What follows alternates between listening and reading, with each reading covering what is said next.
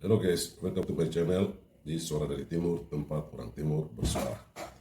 Teman-teman sekalian, pada kesempatan ini saya ingin mengajak kita melihat peluang timnas Indonesia U23 bertemu Vietnam kembali di final AFF Mandiri Cup U23 2025. Tentu ini sebuah reuni yang menarik setelah kedua tim saling bertemu di final pada AFF U23 2023, di mana Indonesia dikalahkan melalui adu penalti dengan skor 6-5 setelah bermain selama 120 menit dengan hasil imbang 0-0. Teman-teman, pertandingan semalam melawan Thailand itu suatu pertandingan yang sangat menarik, walaupun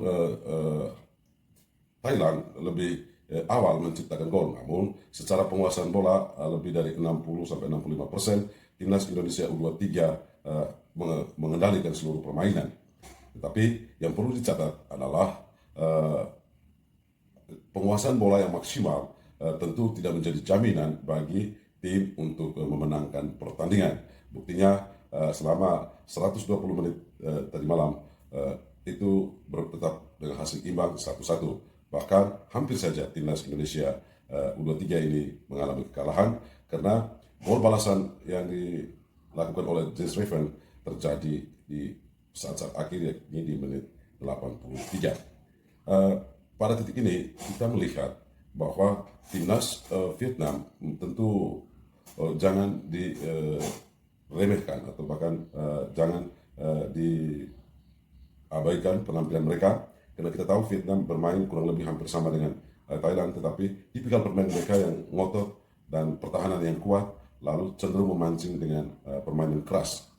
Inilah yang perlu diantisipasi oleh Gerald van den Berg untuk meracik atau mendidik dan menata para pemainnya. Nah, sayangnya bahwa timnas Indonesia beberapa pemain kuncinya mengalami cedera. Kita lihat terakhir tadi malam James Raven, kemudian ada Tony Firmansyah dan Arkan Fikri yang malam tadi ada di bench. Pertama-tama kita berbicara tentang peran Arkan Fikri. Ya. Ketidakhadiran Arkan Fikri itu betul-betul sungguh terasa di tim ini. Ya.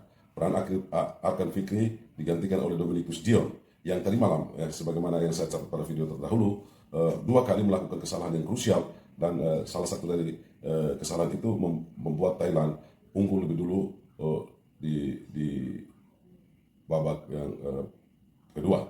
Ya. Lalu ada satu kesalahan yang syukur masih bisa diantisipasi oleh penjaga gawang timnas Indonesia, karena umpan-umpan atau passing-passing yang diberikan oleh Dominikus Dion itu seringkali merupakan passing tanggung atau bahkan salah sasaran, sehingga mudah direbut oleh pemain Thailand dan melakukan counter attack dengan menggunakan kecepatan dan skill individu pemain-pemainnya, sehingga membuat pertahanan Indonesia itu keteteran. Nah, inilah yang menjadi catatan. Ya. Karena itu sekiranya Gerald van den Berg meracik tim ini, dan kalau memang Arkan Fikri bisa dimainkan, agar akan dimainkan dalam semifinal kali ini, sehingga bisa mengontrol dan mengendalikan permainan di lini tengah. Yang mana kita lihat malam tadi, lini tengah kita banyak kali mengalami kesalahan-kesalahan atau bahkan didominasi oleh pemain lawan.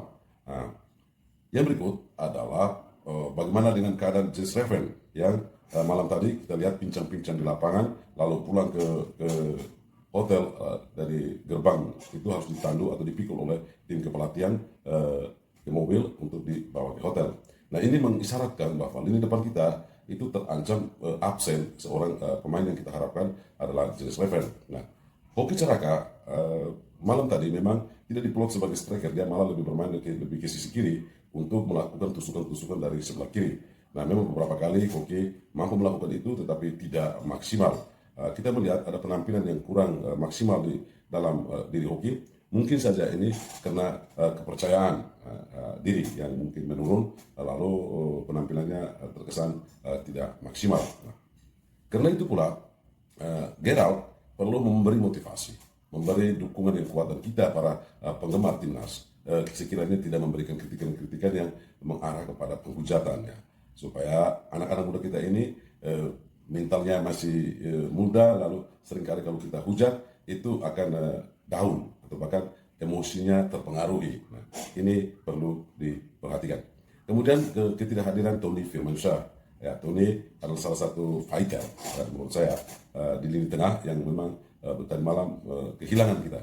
Maka Donny Pamungkas diplot menjadi posisi Tony untuk melakukan tusukan-tusukan dari lini tengah atau support kepada James Reven dan beberapa Rainan Hanan di lini depan. Nah, ini perlu diperhatikan oleh kepelatihan. Lalu peran sentral dari Rahmat Arjuna. Ya. Saya pikir Gerald mesti mengevaluasi pemainnya ini. Ya.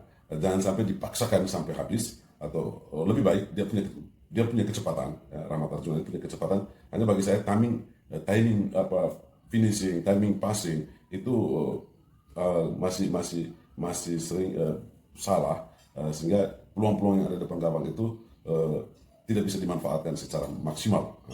Maka anjuran saya atau usulan saya, Victor Detan mesti diturunkan lebih awal daripada Rahmat Arjuna, sehingga ada tekanan-tekanan kepada pemain Thailand, pemain Vietnam, sehingga di babak kedua mungkin bisa masuk Rahmat Arjuna.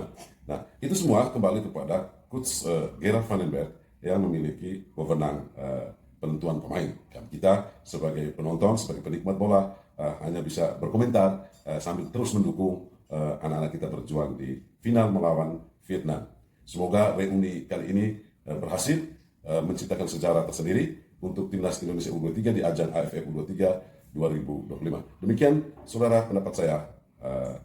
Jika Anda punya pendapat sendiri, silakan tulis di kolom komentar, dan jangan lupa like, komen, dan share video ini. Terima kasih telah mampir di Suara dari Timur, tempat orang Timur bersuara.